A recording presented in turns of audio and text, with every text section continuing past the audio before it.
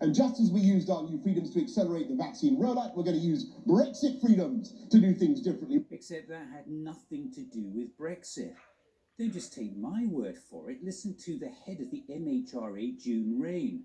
We have been able to authorise the supply of this vaccine using provisions under European law which exist until the 1st of January.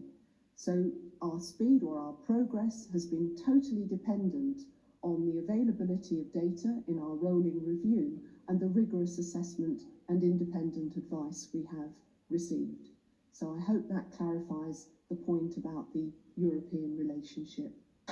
We're doing at least 8 free ports. There are actually more than 80 free ports in the EU. We actually had them here until 2012. 48 new hospitals. You've just ordered NHS Trust to describe building work on existing sites as new hospitals. 50,000 more nurses. You've already admitted yourself that's not true.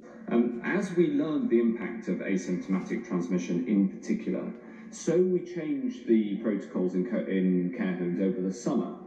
One thing in your manifesto is a promise to deliver 50,000 more nurses. Yes. How many of those will actually be new? Yes, 31,000. Wages are going up. Okay, let's just sit on a shelf that a decade of Conservative government has delivered soaring in-work poverty and literally the worst decade of wage growth since the Napoleonic War.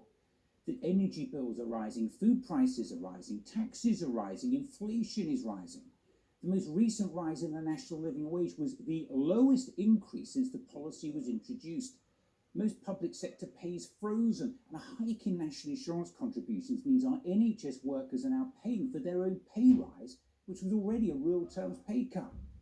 Even Larry the Cat knows the figures he relies on are the consequence of distortions in these statistics from lockdown and furlough.